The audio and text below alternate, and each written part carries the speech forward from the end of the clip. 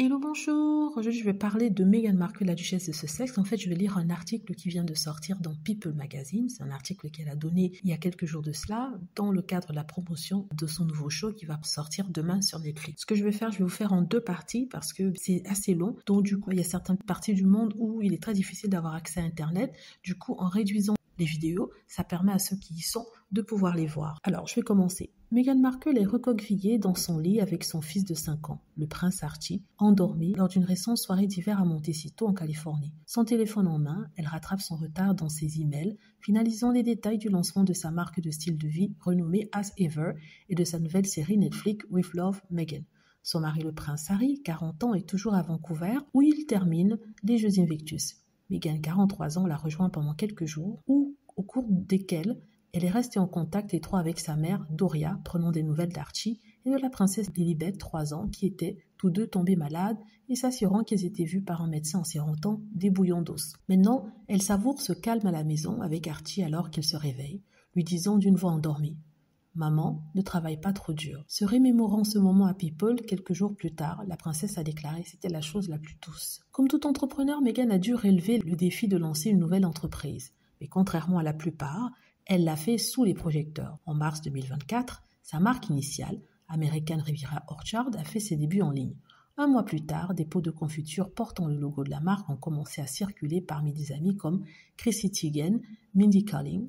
Puis, il y a eu une pause. Alors que l'attente grandissait, des questions se sont posées sur la date de disponibilité des produits, tandis qu'en coulisses, elle naviguait avec les problèmes de la marque. Il y a des tonnes de rebondissements, même avec le nom, dit-elle, dans son interview la plus intime depuis des années. Je les découvrais en temps réel.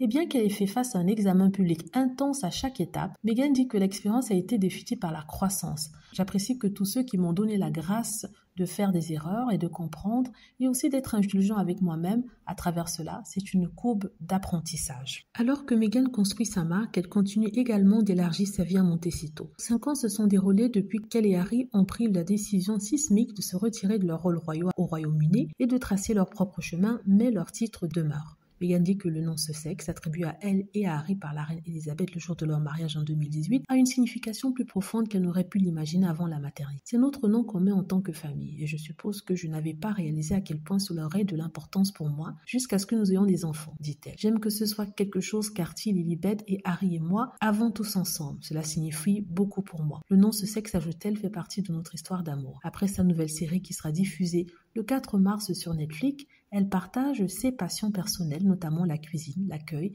et la décoration avec son plus grand public à ce jour. Lorsque vos enfants atteignent un certain âge, lorsque vous ne jouez plus seulement dans le bac à sable avec eux, mais que vous jouez presque à nouveau dans votre propre bac à sable, c'est très joyeux, dit-elle. En tant que femme, maman, épouse, pouvoir se retrouver d'une manière qui était toujours présente, mais à laquelle vous ne pouviez peut-être pas accorder autant d'attention que maintenant, lorsque vos enfants sont un peu plus grands, est un sentiment merveilleux. Bien que la série documentaire de Netflix de 2022 sur le couple, Harry et Meghan, ait levé le voile sur leur lutte au sein de la famille royale, cette fois-ci, il n'y a aucune mention de quoi que ce soit de royal.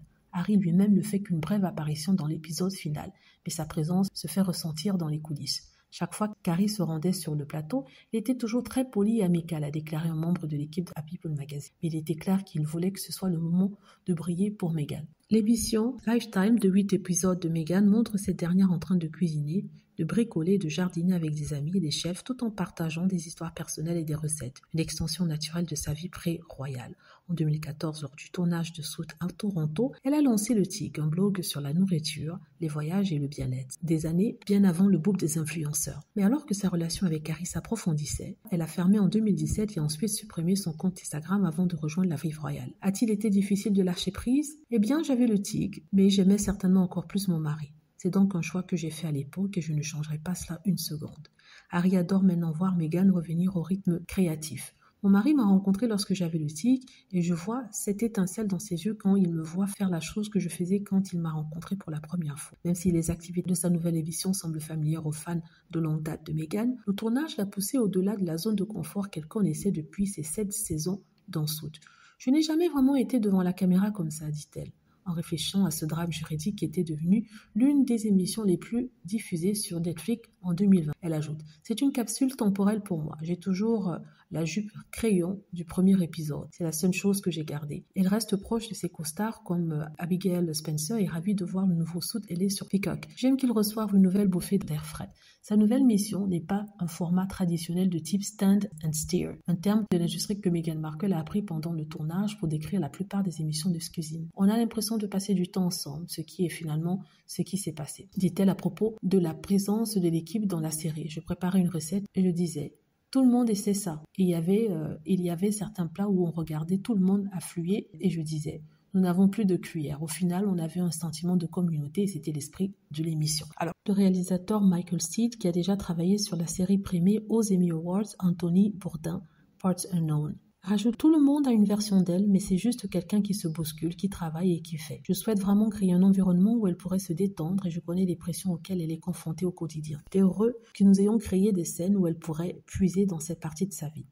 En plus de mettre en avant ses compétences domestiques, With Love, Meghan met également en avant sa propre gamme de produits qui sera disponible sur azever.com. Meghan a laissé entendre que sa confiture signature fera partie des offres qui devraient être lancées ce printemps. Également lancé ce printemps, son nouveau podcast avec Lemonada Media. Elle est également de retour sur Instagram pour la première fois depuis des années.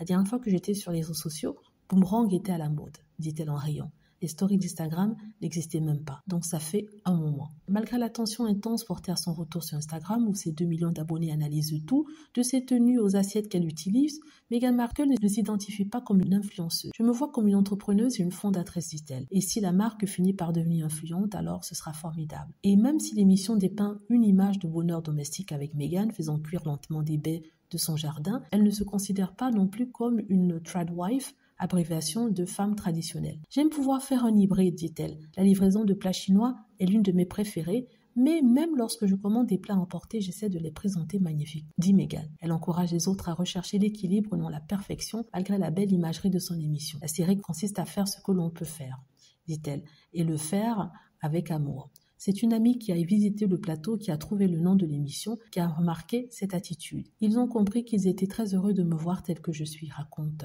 Meghan. Elle m'a dit, c'est comme une lettre d'amour à toutes les choses que tu aimes faire. Et si tu signes cette lettre d'amour, c'est avec amour, Meghan. Cela m'a semblé juste et j'ai adoré que mon ami m'aide à la créer.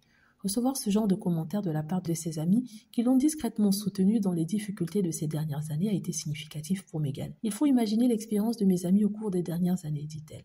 Ils passent tout ce temps avec moi à la maison, chez eux, au restaurant. Le fait qu'ils voient qui ils connaissent se refléter à l'écran leur a apporté beaucoup de joie. Donc voilà, je vais m'arrêter ici parce que sinon ce sera un peu trop long pour la vidéo.